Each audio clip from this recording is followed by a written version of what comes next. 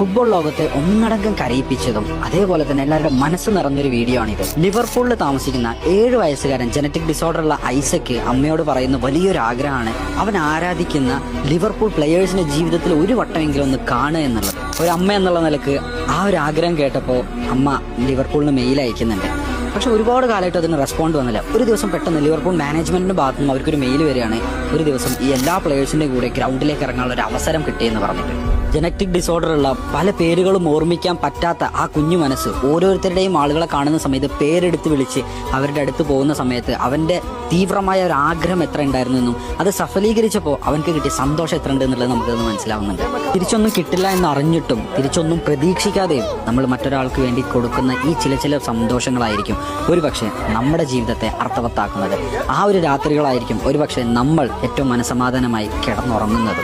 പണ്ട് ചാർലിയിൽ ദുൽഖർ പറഞ്ഞതുപോലെ തന്നെ മറ്റൊരാളുടെ ജീവിതത്തിൽ നമ്മൾ ഇടിച്ചു കയറി ഒരു സർപ്രൈസ് കൊടുക്കുന്ന സമയത്ത് അവരുടെ കണ്ണിൽ കാണുന്ന ആ ഒരു തിളക്കവും സന്തോഷവും മനസ്സിലാകണമെന്നുണ്ടെങ്കിൽ നമ്മൾ അനുഭവിച്ച് തന്നെ അറിയണം.